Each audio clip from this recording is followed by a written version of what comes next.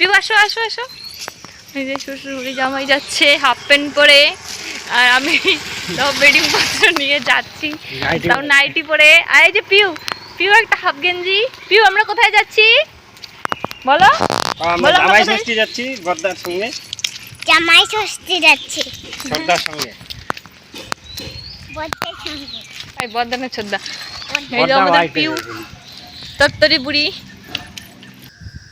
আর আমাদের জামাইকে দেখো খাওয়া দাওয়া শুরু করে দিয়েছে সকাল সকাল। আর সকাল থেকে জামাইয়ের আদর শুরু হয়ে গেছে। আর আমার মা সকালবেলায় ওকে নিয়ে দিয়েছে আম, কাঁঠাল, দই, ক্ষীর, তো চিড়ে মুড়ি, এগুলোই সকালবেলা জামাইকে দেওয়া হয়। তো জামাই ষষ্ঠীতে সকালবেলা এগুলোই জামাইকে দেওয়া হয়। তারপর দুপুরবেলা জামাই দেখো আম মাখা করছে, এই দেখো তোমরা দেখতেই পাচ্ছ। আর অনেকগুলো আম নিয়ে নিয়েছে, তো এখন বসে এই আমগুলো মাখা করে আমগুলো খাওয়া হবে দুপুরবেলা। আর এদিকে দেখো মা, জেঠি, দিদি ওরা সবাই মিলে এদিকে দুপুরের খাওয়া দাওয়া রেডি হয়ে গেছে। মা, বড় মা দুজনে মিলে রান্না করেছে। আর দেখো কত সুন্দর করে সাজিয়ে দেওয়া হয়েছে জামাইদের জন্য।